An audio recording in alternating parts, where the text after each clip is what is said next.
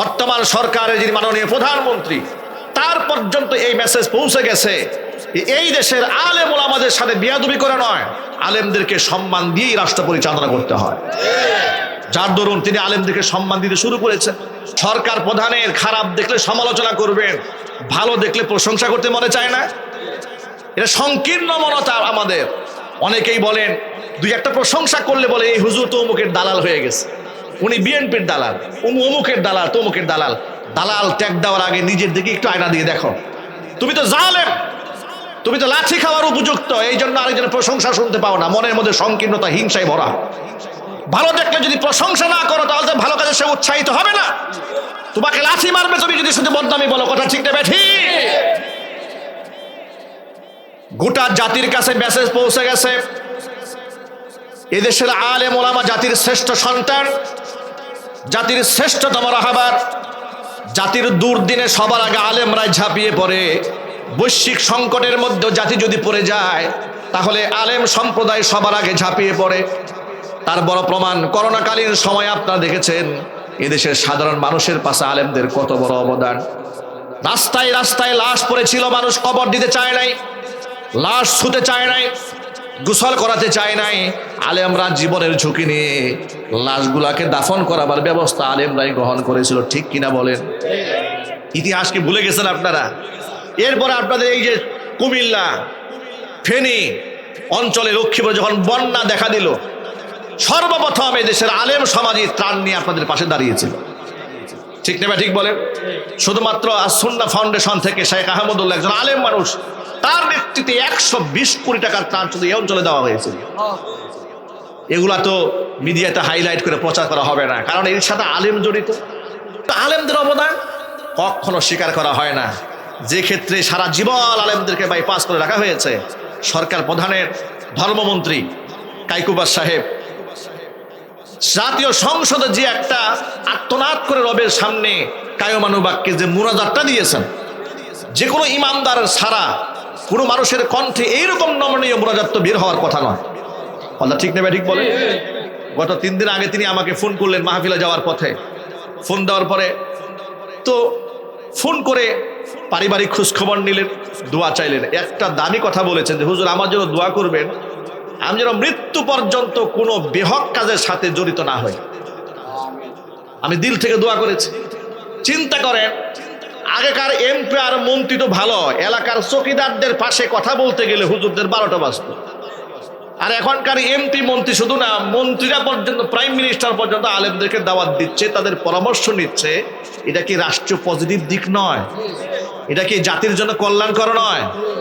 এটাও অনেকের সহ্য হয় না। বলে এই যে তারা ইদানিং লোক দেখানো কাজ করতেছে, ও অন্য কেউ ধর্মের কথা বলে লোক দেখানো হয়, আর তুমি যা করো সব আল্লাহর জন্য করো। এই ভণ্ডামি দেশে আছে না নাই? একটু জোরে বলতে হবে, আছে না নাই? নামাজ, রোজা, হজ, যাকাত সব হবে আল্লাহর জন্য। কারা ধর্মকে ব্যবহার করে এটাও কিন্তু জাতির সামনে স্পষ্ট হয়েছে। নির্বাচনের আগে কারা একটা ভোটের বিনিময়ে জান্নাত বিক্রি করছে, এটাও কিন্তু জাতির সামনে স্পষ্ট। সুতরাং সাবধান, সাবধান, জবানের মধ্যে লাগাম লাগাও। সবার সামনে কথা বলতে শোনা। মানুষ যদি ভালো কাজ করে তাহলে প্রশংসা করো, তাকে উৎসাহ দাও, যাতে করে ভালো কাজ করতে সে আরো উৎসাহিত হয়। আল্লাহর কাছে দোয়া করি, মহান আল্লাহ রাব্বুল আমিন যেন আমাদের সকলকে কবুল করেন। জোরে কোন আমিন, আরো জোরে কোন আমিন। এবার মূল কথায় ফিরে আসি। আলেমরা হচ্ছে সমাজের শ্রেষ্ঠতম সম্পদ। কোরআন মাজিদ আল্লাহ পাক আলেমদের প্রশংসা করে বলেন, ইন্নামা ইয়াখশাল্লাহা মিন ইবাদিহিল উলামা। অবশ্য আমার বান্দাদের মধ্যে আমি আল্লাহকে সবচাইতে বেশি ভয় করে আলেমরা। নবী করিম সাল্লাল্লাহু আলাইহি সাল্লাম বলেছেন, ফাদলুল আলিমি আলাল আবিদি কাফাদলি আলা আদনাকুম। তোমাদের ভিতরে ও সাহাবীরা একেবারে আদনা সাহাবীর উপরে আমি নবীর মর্যাদা যেমন, এই সমাজের আবেদদের উপরে একজন আলেমের মর্তবা রবের কাছে ঠিক তেমন। আলেমদের এত সম্মানিত মর্যাদা কোরআন মাজিদ আল্লাহ রাব্বুল আলামিন স্পষ্ট ভাষায় বলেছেন। সূরা জুমারের মধ্যে বর্ণনা এসেছে, কুল হাল ইয়াস্তাউবিল্লাযীনা ইয়ালামুনা ওয়াল্লাযীনা লা ইয়ালামুন ইন্নামা ইয়াতাযাক্কারু উলুল আলবাব।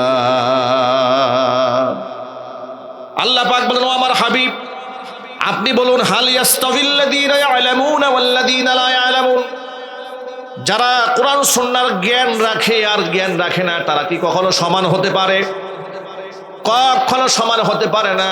ইন্নামা ইয়াতাযাক্কারু উলুল আলবাব, অবশ্যই উপদেশ গ্রহণ করে একমাত্র জ্ঞানীরাই। জুড়ে বলেন সুবহানাল্লাহ। সুতরাং আলেম ওলামাদের অবদানকে স্বীকার করুন, আলেমদেরকে তুচ্ছ তাচ্ছিল্য করবেন না, ব্যঙ্গ বিদ্রুপ করবেন না, কারণ এ জাতির রাহবার হচ্ছে ওলামারা। ওলামারা হচ্ছে নবীগণের ওয়ারিস, তারাই হচ্ছে দায়ী। তারা চূড়ান্ত হেদায়েতের মালিক নন, কিন্তু তারা হেদায়েতের জরিয়া। ঠিক কিনা বলেন? আলেম ওলামারা হেদায়েতের মালিক নন, তারা হেদায়েতের কি? জরিয়া। হেদায়েতের মালিক কে? মহান আল্লাহ রাব্বুল আলামিন। আলেম ওলামাদেরকে মহব্বত করেন।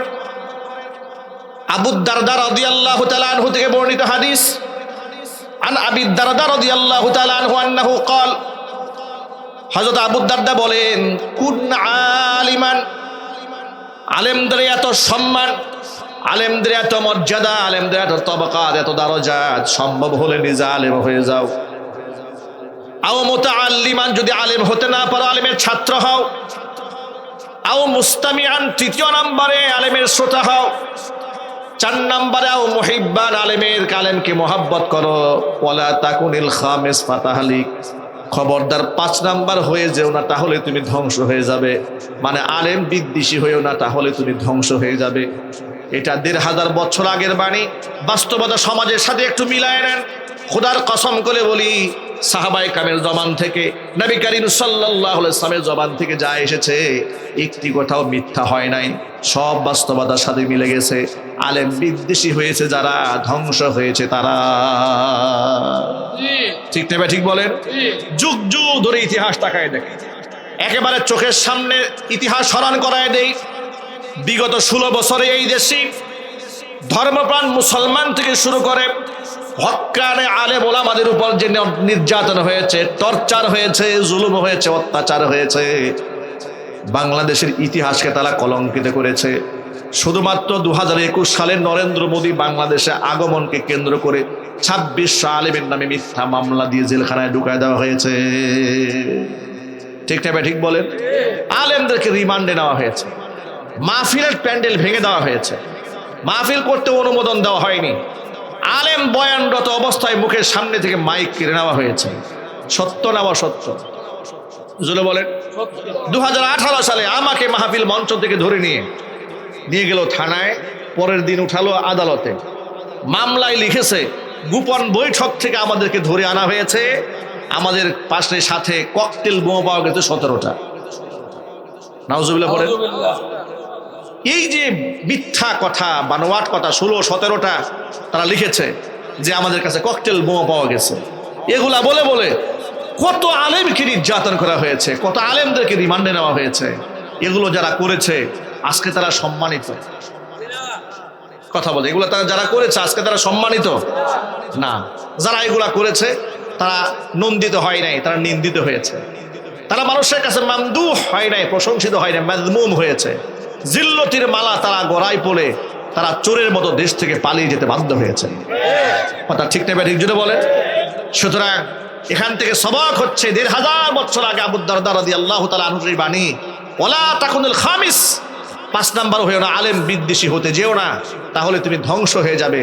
সুতরাং আলেম ওলামারা বৈশ্বিকভাবেও মানুষের আপন, কবরের জীবনে আপন, হাসরের ময়দানে আলেমরা এই জাতির আপন হবে। কত আপন হবে? হাদিস থেকে একটু শুনে নেন। হাদিস শরীফের মধ্যে এসেছে, আল্লাহর নবী বলেন, ইয়াশফাউ ইয়াউমাল কিয়ামাতি সালাসাতুন, 3 শ্রেণীর মানুষ আল্লাহর দরবারে সুপারিশ করার সুযোগ পাবেন। 1 নাম্বার আল আম্বিয়া, নবীগণ আল্লাহর দরবারে মানুষের জন্য সুপারিশ করার সুযোগ পাবেন। সুম্মাল উলামা, এরপর আলেমগণ সুপারিশকারীর সুযোগ পাবেন। 3 নাম্বার সুম্মা শুহাদা, তারপরে শহীদদেরকে আল্লাহ তাআলা গুনাহগার মানুষগুলাকে সুপারিশ করে জান্নাতে নেওয়ার সুযোগ পেয়ে যাবেন। তিনটা শ্রেণীকে সুপারিশের সুযোগ দেওয়া হবে প্রাথমিক পর্যায়ে আল্লাহর পক্ষ থেকে। প্রথম পর্যায়ে সুপারিশ করার সুযোগ পাবে নবীগণ, নবীদের পরেই সুপারিশ করার সুযোগ পাবে না আলেমগণ। কারা জুড়ে বলেন? তাহলে যে আলেমরা পরকালে সুপারিশের পাত্র হবে, মানুষকে সুপারিশ করতে পারবে। ইবনে মাজার মধ্যে এসেছে ওয়ালাউ কানা আদাদুহুম আদাদান নুজুম, আলেমদের সুপারিশকৃত মানুষের সংখ্যা যদি আসমানের নক্ষত্র সমতুল্য হয়, মহান আল্লাহ পাক তাদের সমস্ত সুপারিশ মঞ্জুর করে ব্যক্তিকে ক্ষমা করে দেয়। তাহলে সে আলেম ওলামাকে রাষ্ট্রের বোঝা মনে করে ব্যঙ্গ বিদ্রুপ করে, কখনো জঙ্গিবাদ, মৌলবাদ, তালেবান এরাই দেশটা রেখেছে, আলেমরাই দেশটাকে শেষ করেছে, এরা ফতুয়াবাজ, এই ধরনের শব্দ বলে তুচ্ছ তাচ্ছিল্য ব্যঙ্গ বিদ্রুপ যারা করে, এদের পরিণতি খুনি হাসিনার মতোই হবে। কথা ঠিক তবে ঠিক জুড়ে বলেন। সুতরাং আলেম ওলামাদের সাথে আদব রক্ষা করুন, তাদের সাথে মহব্বত রাখুন, শ্রদ্ধার সম্পর্ক রাখুন, আর স্বপ্ন দেখুন নিজের সন্তানকে আলেম বানাতে। স্বপ্ন দেখুন এই যে আল ইফতাহ স্বতন্ত্র ইবতিদায়ী মডেল মাদ্রাসাগুলো তৈরি হয়েছে আমাদের সন্তানদেরকে কোরআন শেখানোর জন্য, ইসলাম শেখানোর জন্য। এই সমাজ যদি আলেম শূন্য হয়ে যায়, সমাজের মানুষ অন্ধকারে ডুবে যাবে, হিদায়াতের কথা বলার লোক থাকবে না। এই জন্য এই সমস্ত প্রতিষ্ঠান এর সাথে আপনারা সম্পৃক্ত আছেন, আপনারা ভবিষ্যতেও থাকবেন, বলেন ইনশাআল্লাহ। থাকবেন তো ইনশাআল্লাহ? আমি সভাপতি সাহেবের কাছে শুনেছি অল্প জায়গা ছিল মসজিদ মাদ্রাসার, এটা বর্তমানে 63% মধ্যে রূপ নিয়েছে। মাশাআল্লাহ বলেন। যারা এই পর্যন্ত শ্রম ঘাম পয়সা পরি দিয়েছেন, আল্লাহ পাক যেন সকলকে এই ওসিলায় নাজাত দান করেন। জোরে কোন আমিন। ভাইরা আমার এতক্ষণ বক্তব্যের মূল সারাংশ হচ্ছে, হেদায়েতের মালিক তো আল্লাহ তাআলা, হেদায়েতের মালিক আমরা কেউ নই। তবে নবীগণ হচ্ছেন হেদায়েতের জরিয়া। নবীগণের পরে নবীগণের ওয়ারিস উলামারা তারা হেদায়েতের জরিয়া হয়ে আপনাদেরকে দিনের কথা বলেন, জায়েজ না জায়েজ তুলে ধরেন, বৈধ অবৈধের কথাগুলো আলেমরা আপনাদের সামনে বলেন। দেখুন, আলেমরা যদি এই সমাজে জীবনের ঝুঁকি নিয়ে প্রতিবাদ করে ফতোয়া না দিতেন, তাহলে এই সমাজে ইতিমধ্যে সমকামিতার আইন পাশ হয়ে যেত। কথা ঠিকঠাক ব্যাটিক দিল বলে। নারী পুরুষ সমান অধিকার এই কথা বলার নামে সূরা নিসার 11 নম্বর আয়াতকে অস্বীকার করে পৈতৃক সম্পত্তির মধ্যেও নারী পুরুষকে সমান দেওয়া হয়ে যেত যদি আলেমরা জীবনে ঝুঁকি নিয়ে প্রতিবাদ না করতেন। ঠিক না ব্যাটিক বলেন? যদি আলেমরা প্রতিবাদমুখী না হতেন, তাহলে এই দেশের নাস্তিক ব্লগারেরা যেভাবে 2013 সালে নবী করিম সাল্লাল্লাহু আলাইহি সাল্লামের মান সম্মান নিয়ে টানা হাসরা শুরু করেছিল, যেভাবে তারা উম্মুল মুমিনিন মা আয়েশা রাদিয়াল্লাহু তাআলা আনহার চরিত্র হনন শুরু করেছিল, আলেমরা যদি শাপলা চতের রক্ত না দিতেন, তাহলে এই নাস্তিকদের এই মিশন থেমে যেত না। কথা বলেন না? ঠিক তবে ঠিক বলেন। আজকে নাস্তিকরা দেশ থেকে পালিয়ে বেড়ায়। কাদের কারণে পালিয়ে বেড়ায়? আলেম ওলামাদের কারণে পালিয়ে বেড়ায়। সাহস পায় না তসলিমা নাসরিন এই দেশে ঢুকতে। কাদের কারণে? আলেমদের কারণে। আলেমদের দিকে ফতোয়াবাজ বলে গালি দেন। আলেমদের এক একটা ফতোয়ার শক্তি কত জানেন? আলেমদের এক একটা ফতোয়ার শক্তির কারণে রাশেদ খান মেনন, হাসানুল হক ইনুদের শয়তানি চিত্র জাতির সামনে মানুষ বুঝতে সক্ষম হয়েছে। ঠিক তবে ঠিক বলেন। খুনি হাসিনার বিরুদ্ধে গোটা বাংলাদেশের আলেম সমাজ কৌশলে প্রকাশ্যে কখনো গোপনে জনমত তৈরি যদি না করতেন, তাহলে এই যে জুলাই আগস্ট বিপ্লব সাধিত হলো, নারায়ে তাকবীর আল্লাহু আকবার স্লোগান দিয়ে মানুষ রাজপথে নেমে আসতো না। এগুলা বছরের পর বছর আলেমরা চোখের পানি ছেড়েছে, দাওয়াত দিয়েছে, মানুষের ব্রেন ওয়াশ করেছে, এক পর্যায়ে মহা বিপ্লব তৈরি হয়েছে। কথা ঠিক না ব্যারিক যদি বলেন? আপনারা মনে করেন জুলাই আগস্ট বিপ্লব এই 30 দিনের মধ্যে সব হয়ে গেছে? না, 30 দিনে সব হয় নাই। 30 দিনে চূড়ান্ত রেজাল্ট এসছে, কিন্তু এর পেছনে বছরের পর বছর আলেমদের দাওয়াত, আলেমদের শ্রম, আলেমদের ঘাম, আলেমরা ওদের গোপন তথ্য জাতির সামনে প্রকাশ করে বলেই তো আলেমদের মাহফিল 144 দ্বারা দিত। ঠিক না ঠিক বলেন? সব মাহফিল দেওয়া হতো না। যে আলেমরা হক কথা বলতেন, জুলমের বিরুদ্ধে বলতেন, শোষণের বিরুদ্ধে বলতেন, চুরি ডাকাতির কথা বলতেন, বিরুদ্ধে বলতেন, সেই সমস্ত আলেমদেরকে দেওয়া তকমা দেওয়া হতো এরা হচ্ছে উগ্রবাদী আলেম। পক্ষান্তরে আধ্যাত্মিক আলেম কারা? গিয়াসউদ্দিন তাহেরি। কথা ঠিক না ঠিক জুড়ে বলেন? খুব প্রিয় আলেম গিয়াসউদ্দিন তাহেরি, আলাউদ্দিন জিলাপি, খুব প্রিয় আলেম। ঠিক না ঠিক জুড়ে বলেন? খুব প্রিয় আলেম। খারাপ করা আব্দুর রহিম আল মাদানী, এরা জঙ্গি আলেম। মামুনুল হক এরা হচ্ছে জঙ্গি আলেম। আমির হামজা এরা হচ্ছে উগ্রবাদী আলেম। ঠিক না ঠিক জুড়ে বলেন। কিন্তু মুফতি সাখাওয়াত হোসেন রাজি এরা হচ্ছে উগ্রবাদী আলেম। শান্তিপ্রিয় আলেম কারা? শান্তিপ্রিয় আলেম হচ্ছে গিয়াসউদ্দিন তাহেরি, আলাউদ্দিন জিলাপি, এরপরে আরো আরো মাজার পূজারি, দরগা পূজারি, পীর পূজারি দেশে যা আছে সব হচ্ছে হক্কানি আলেম তাদের দৃষ্টিতে। ঠিক না ঠিক জুড়ে বলেন। অথচ যার দরুন তৎকালীন যুগে ধর্মমন্ত্রী এক অভিশপ্ত ব্যক্তি জাতীয় সংসদে দাঁড়িয়ে বলেছিল কোনো হক্কানি আলেমকে গ্রেফতার করা হয় নাই। যাদেরকে গ্রেফতার করা হয়েছে সব ধর্ম ব্যবসায়ী। যাদের গ্রেফতার করা হয়েছিল তারা নাকি ধর্ম ব্যবসায়ী, আর যাদেরকে ছেড়ে রাখা হয়েছে তারা নাকি তাদের দৃষ্টিতে হক্কানি আলেম। এভাবে তারা আলেম সমাজের মধ্যে বিভক্তি তৈরি করে গোটা আলেম সমাজকে মানুষের সামনে লাঞ্ছিত অপমানিত করেছে। কোরআনে কারিমের মধ্যে বাস্তব ঘোষণা শুনে রাখেন, আপনি যদি আলেম সমাজকে এভাবে বাইপাস ফেলে দেন, তাদেরকে তুচ্ছ তাচ্ছিল্য করেন, আর কোরআন থেকে যদি মুখ ফিরায় রাখেন, কোরআন বলে দিয়েছে ওয়ামান আ'রাদা আন যিকরি ফাইন্না লাহু মাঈশাতান যানকা। কোরআন থেকে মুখ ফিরায় নেবেন আর আপনি স্বাচ্ছন্দ্যপূর্ণ জীবন যাপন করবেন, তা হবে না। ফাইন্না লাহু মাঈশাতান যানকা, আল্লাহ পাক বলেন তার জিন্দেগি আমি আল্লাহ সংকীর্ণ বানায় দেব। শুধু জীবনটাই সংকীর্ণ হবে না, দুনিয়াটি ওয়ানাহশুরুহু ইয়াউমাল কিয়ামাতি আ'মা, কিয়ামতের দিন এদেরকে অন্ধ বানায় হাসরের ময়দানে আমি উঠাবো। ওরা আমাকে দেখে বলবে ক্বালা রাব্বি লিমা হাশারাতানি আ'মা ওয়া ক্বাদ কুনতু বাসীরা, আল্লাহ তাআলা অন্ধ বানায় কেন উঠালে? দুনিয়াতে আমি চক্ষুষ্মান ছিলাম। আল্লাহ পাক তখন বলবেন ক্বালা কাযালিকা আতাতকা আয়াতুনা ফানাসিতাহা ওয়া কাযালিকাল ইয়াওমা তুনসা। এভাবে আমার আয়াতগুলো তোমার কাছে এসেছিল, সেদিন তুমি আমার আয়াতটাকে ভুলে গিয়েছিলে, আজকে তোমাকে ভুলে যাওয়া হবে। উপস্থিত শ্রোতা মণ্ডলী ভাইদেরকে জিজ্ঞেস করতে চাই, আমরা কি আল্লাহর আয়াতকে ভুলে যাব? একটু আওয়াজ দিয়ে বলেন, আমরা কি আল্লাহর আয়াত ভুলে যাব? আল্লাহর আয়াত ব্যক্তি জীবনে, পারিবারিক জীবনে, সামাজিক জীবনে, রাষ্ট্রীয় অঙ্গনে সব জায়গায় আমরা আল্লাহর আইনগুলো বাস্তবায়ন করতে চাই। আল্লাহ পাক যেন সেই তৌফিক দেন। জোরে কোন আমিন। সবাই জোরে বলেন আমিন। আমাদের একটা মিশনে নামতে হবে, সেই মিশন হচ্ছে আমরা প্রত্যেকের ঘরে ঘরে একজন করে হাফেজ কোরআন তৈরি করবো ইনশাআল্লাহ। একজন করে আলেমে দ্বীন আমার বংশ থেকে বের হবে, আমার পরিবার থেকে বের হবে, এরকম একটা মিশনে নামা উচিত। ওরা তো দাড়ি এবং টুপিকে টার্গেট করে, ওরা জুব্বা পাগড়ি তাহাজ্জুদকে টার্গেট করে, মসজিদ মাদ্রাসাকে টার্গেট করে। আমাদের ঈমানই বলিয়ান হয়ে আমাদের শক্তি সঞ্চার করতে হবে, বলেন ইনশাআল্লাহ। ঈমানে শক্তি আনার দরকার আছে না নাই? সুতরাং আজকের পর থেকে একটা নিয়ত রাখি যে আমাদের ঘরের সন্তানগুলোকে আমরা দ্বীন শেখাবো, ঈমান শেখাবো। দ্বীন আর ঈমান যদি শেখাতে না পারি, আমাদের ব্যর্থতা আমাদের কোথায় নিয়ে দাঁড় করাবে জানেন?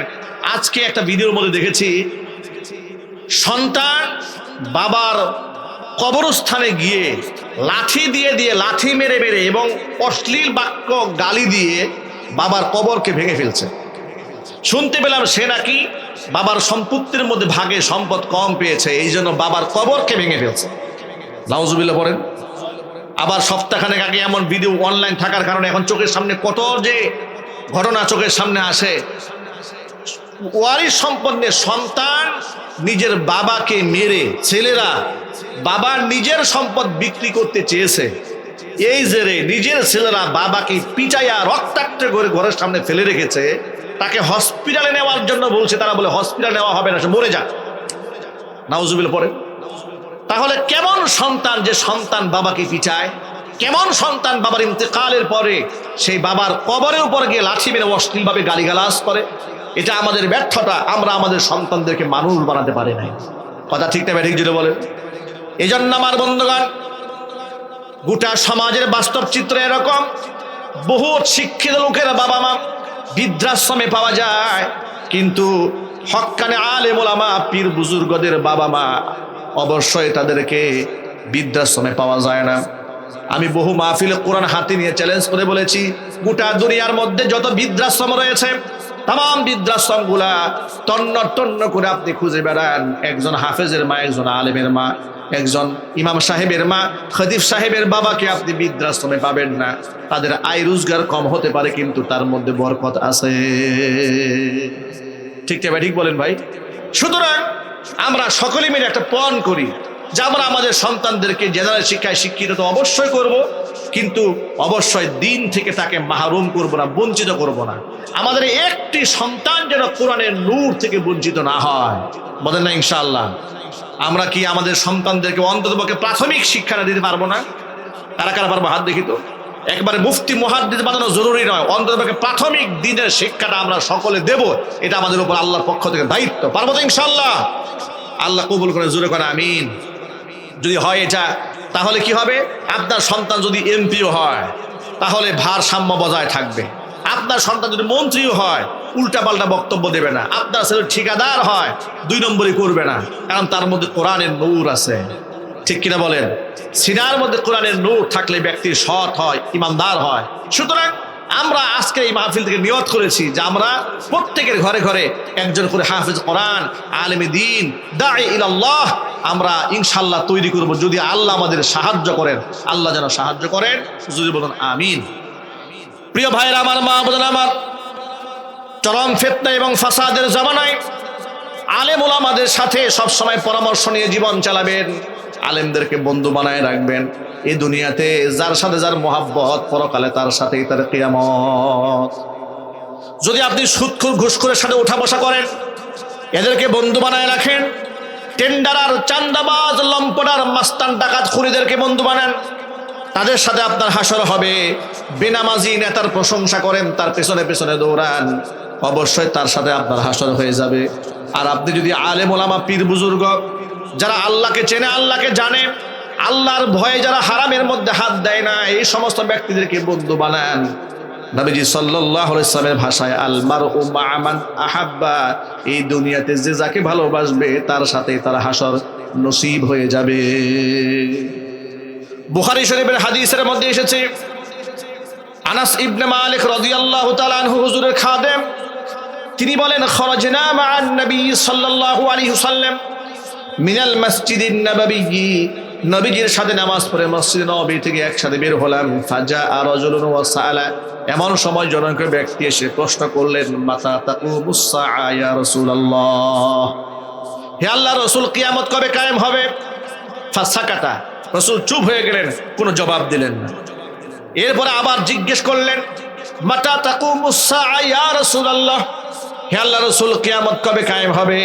ফাসাকাতা, নবী চুপ হয়ে গেলেন, তাতেও কোনো জবাব দিলেন না। আবার তৃতীয়বার জিজ্ঞেস করলেন, কিয়ামত কবে কায়েম হবে? তৃতীয়বার নবীজি প্রশ্নের জবাব না দিয়া তার দিকে পাল্টা প্রশ্ন ছুড়ে বললেন, ফামা আ'দাত্তা লাহা, কিয়ামতের জন্য তোমার প্রস্তুতি কি, তোমার প্রিপারেশন কি?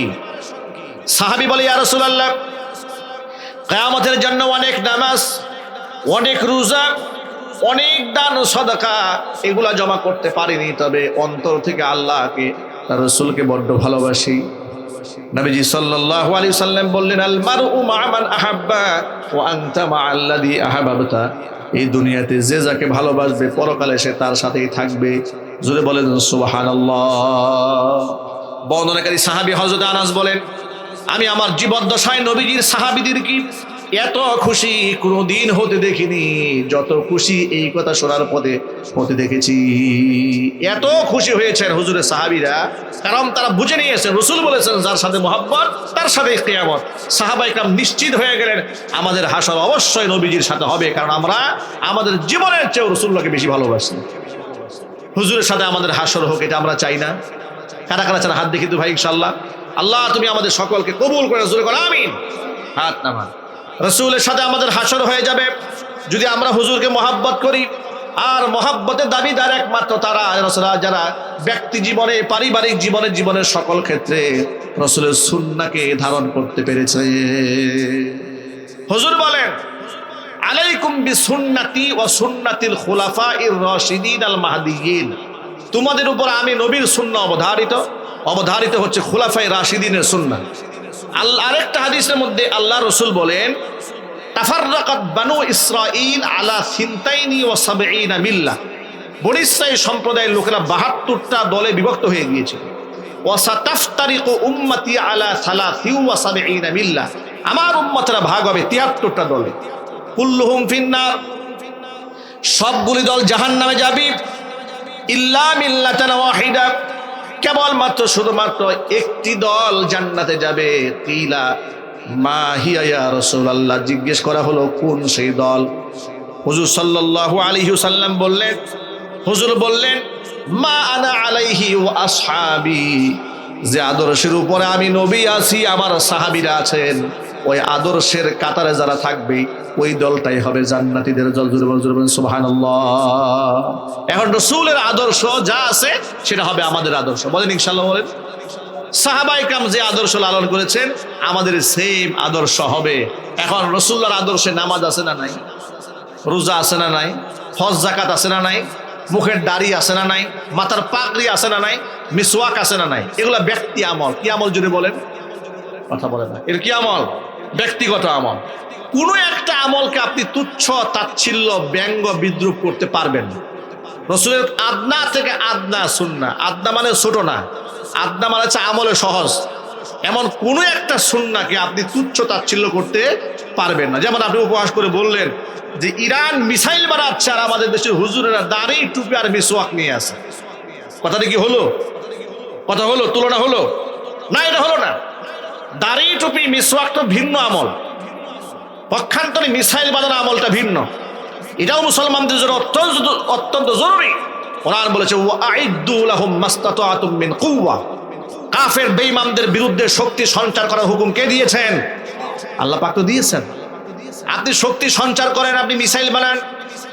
এই যে এত এত গবেষণাগার রয়েছে, বিজ্ঞানের গবেষণাগার এত রয়েছে বাংলাদেশে, আমাদের দেশের সন্তানদেরকে আপনারা গবেষণার মধ্যে আরো বেশি টাকা ইনভেস্ট করেন, সন্তানদেরকে বিজ্ঞানী বানান। এরাও যদি মিসাইল আবিষ্কার করতে পারে, এইরকম পাওয়ারফুল মেধাগুলো কাজে লাগান।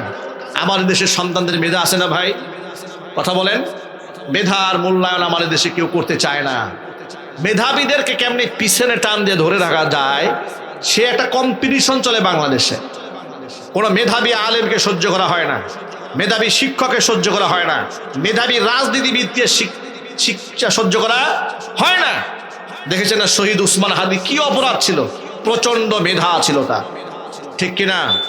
প্রজ্ঞা ছিল, হিকমা ছিল, বাগ্যী ছিল, অন্যায়ের প্রতিবাদী ছিল, ব্যাস শেষ করে দেওয়া হয়েছে।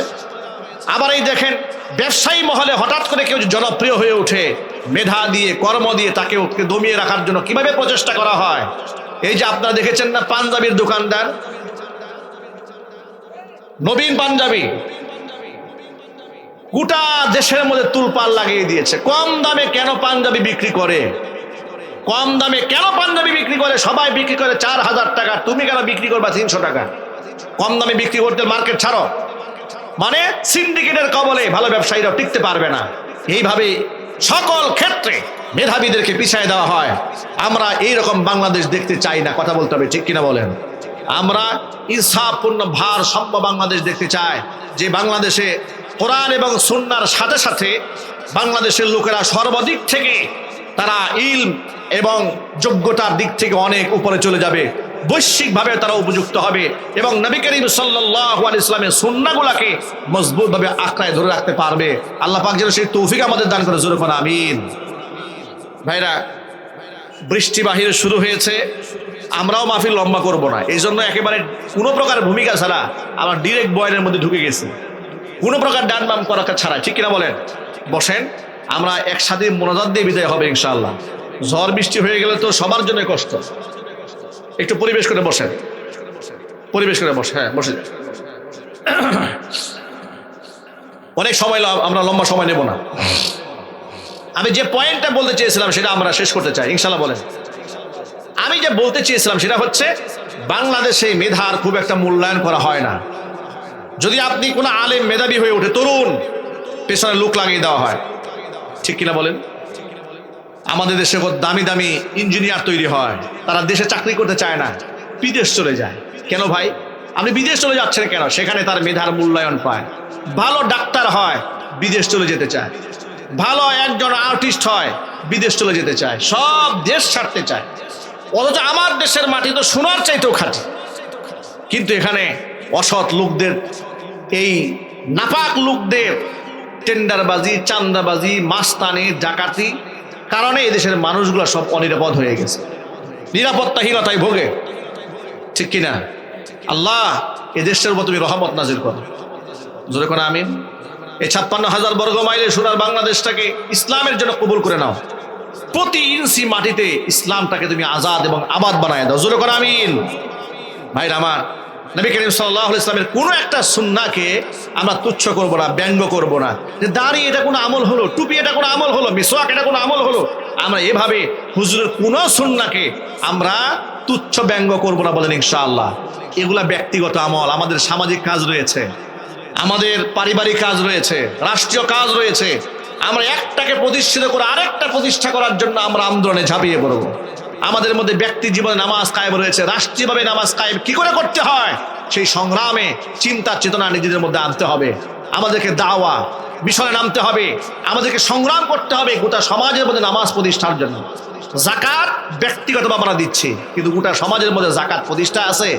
যাকাত প্রতিষ্ঠিত করার জন্য আমাদের আন্দোলন করতে হবে। আজকে এই সমাজে চুরি ডাকাতি চিন্তায় আছে না নাই? কেন? যত চুরি বাংলাদেশে হয়, আফগানিস্তানে এত চুরি হয় না কেন? যত ব্যভিচার আর ধর্ষণ বাংলাদেশে হয়, আফগানিস্তানে তার 100 ভাগের 1 ভাগও হয় না। কারণটা কি? কারণ সেখানে শরিয়া আইন কায়েম হয়েছে, কঠোর আইন বাস্তবায়ন করা হচ্ছে। সেখানে জিনা ব্যভিচার করলে দূররা মারা হচ্ছে, মৃত্যুদণ্ড দেওয়া হচ্ছে, অপরাধীরা সব স্থবির হয়ে গেছে। আমাদের দেশে অন্যায়ের প্রকৃত সাজা দেওয়া হয় না বলেই গোটা দেশের মধ্যে অন্যায় একের পর এক বেড়েই চলছে। এই যে দেখেন না আপনি, কত অনিয়মের কথা আমরা ওয়াজ মাহফিলে বলবো। আমাদের মধ্যে ঈমান আমল যদি ঠিক না হয়, এত বেশি অনিয়ম সকল ক্ষেত্রে। নিরাপদ পথযাত্রা, নিরাপদ সড়কের আন্দোলনে কত কিছু হলো বাংলাদেশে। আমরা কি নিরাপদ সড়ক পেয়েছি ভাই? আরে কি পরিমাণ দুর্ঘটনা এই ঈদের সময় ঘটেছে আপনারা চিন্তা করেন তো। এই কুমিল্লাতে রেল ক্রসিং পার হতে গিয়ে কতগুলো মানুষ জীবন দিয়েছে, কতগুলো মানুষের জীবন চলে গেল, তাজা প্রাণের জীবন চলে গেল। কত মানুষ রোড অ্যাক্সিডেন্ট করলো, ট্রাক ভরে ভরে মাটি গিয়েছে, মাটির গাড়ি পিচের উপর চলেছে, রাস্তা পিচ্ছিল হয়ে গেছে, বাস স্লিপ করে করে উল্টায় পাল্টা গিয়ে পড়েছে। কত অনিয়ম যে বাংলাদেশে আছে। আজকে আপনার ফেরিতে কত বড় দুর্ঘটনা ঘটে গেল। দৌলতদিয়া ফেরি ঘাটে ফেরি পার হতে গিয়া যাত্রী বোঝাই বাস পানিতে পড়ে গেল। আর এই দৃশ্যটা চোখের সামনে দেখার পরে কলিজা এটা আটকে উঠল। কত মানুষ সেখানে আছে, কত মা আছে, কত শিশু আছে, কত বাচ্চা আছে। ঠিক না ভাই? চলে গেল। আমরা কত নিরাপত্তাহীনতা আমাদের জীবনের প্রত্যেকটা সেক্টরে আমাদের দুর্নীতি আমাদের গ্রাস করেছে। রাষ্ট্রের অনেক কাজ রয়েছে। আমরা এই তাফসীরের মাহফিল থেকে আমরা আল্লাহর কাছে দোয়া করি, নবনির্বাচিত সরকার যারা ক্ষমতায় আছেন, আল্লাহ পাক যেন দেশের প্রত্যেকটা সেক্টর থেকে দুর্নীতিকে না করে দিয়ে তারা একটা সুন্দর বাংলাদেশ বিনির্মাণ করতে পারে, সেই তৌফিক আল্লাহ পাক তাদেরকে দান করে। সাথে সাথে তারা যদি ভালো কাজ করে গোটা দেশের মানুষ তাদেরকে সহযোগিতা করবে ইনশাআল্লাহ। এবং যারা যেখানে অন্যায় করছে, জুলুম করছে, আল্লাহ পাক তাদেরকে হেদায়েতে কামিলা নসিব করুন। সকলে জোরে বলুন আমিন। মুহতারাম শ্রোতাদের আকুল আবেদন, আপনার কণ্ঠে সবাই আজান শুনতে চায়। আবার একটু আগে আবদার এসেছে, কবরের আযাব কত কঠিন। আমার এক ভাই, আমি এখানে আসার পরেই আমাকে এটা আওয়াজ দিয়েছে, তিনি নাকি কন্টিনিউয়াস আমার এই গজলটা শুনেন। অনেক বছর আগে গিয়েছিলাম কোন এক মাহফিলে। কবরের আযাব কত কঠিন, সইতে আমি পারিব না। মৃত্যু যন্ত্রণা কত কঠিন, সইতে আমি পারিব না। ওগো দয়াময় হে রহিম, চাই যে তোমার শুধু করুণা। কবরের আযাব কত কঠিন, সইতে আমি পারিব না। মৃত্যু যন্ত্রণা কত কঠিন, সইতে আমি পারিব না। মসজিদের ওই পালকিখানা আসবে সবার দ্বারে সবার জানা। মসজিদের ওই পালকিখানা আসবে সবার দ্বারে সবার জানা, বড়ই পাটার গরম পানি, গোসল দিবে তোমায় সব জনা। গোসল শেষে সাদা কাফনে চির বিদায় দিবে মনা। গোসল শেষে সাদা কাফনে চির বিদায় দিবে মনা। কবরের আযাব কত কঠিন, সইতে আমি পারিব না। মৃত্যু যন্ত্রণা কত কঠিন,